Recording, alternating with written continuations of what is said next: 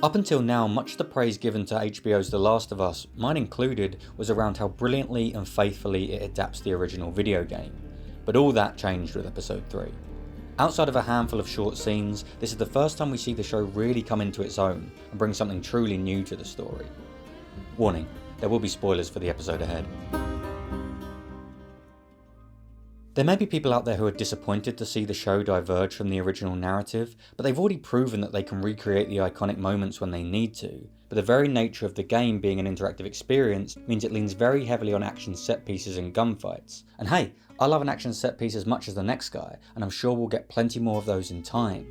But the beauty of this new medium is the opportunity to spend time developing characters, exploring backstory, and understanding more about the world, to explore ideas that the game never could.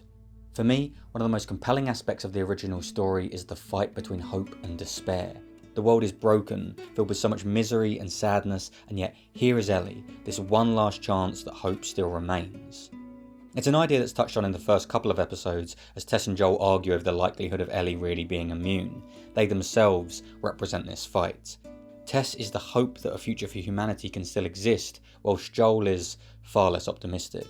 And with Tess now gone, and that positivity along with it, I think this episode acts as a way of reigniting that hope in our audience. Whilst it may seem on the surface like a distraction from the main narrative, this episode gives us a glimpse of the good that can still exist amongst the chaos.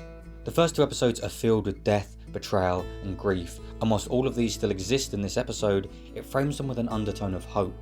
As Frank puts it, I'm not going to give you the every day was a wonderful gift from God speech. I've had a lot of bad days. I've had bad days with you, too. But I've had more good days with you than with anyone else. Just give me one more good day. After everything Joel has lost, on the back of Tess's death, reluctant to have even begun this journey in the first place, this is the first time we begin to see Joel really believe, to have hope. This battle between hope and despair is also beautifully demonstrated in the character of Ellie herself. I've heard some people criticise Bella Ramsey's portrayal as being too aggressive and not positive enough, but for me, she's the perfect balance. There is a darkness in her, one that has to exist knowing what she's been through in the world she's been raised in, but her childlike optimism and curiosity continues to coexist within her, and if you played the entire series, you'll know how important that idea is. For me, this episode perfectly demonstrates how well the showrunners understand the medium they're adapting to. They made intelligent choices on exactly when to pull from the game, when to give more depth, and when to branch out. And as much as I cannot wait to see them recreate more of my favourite moments, it's the first time I really felt like I didn't know where they were going next. And that's pretty exciting for a story I know so well. But let me know, what did you think of this episode?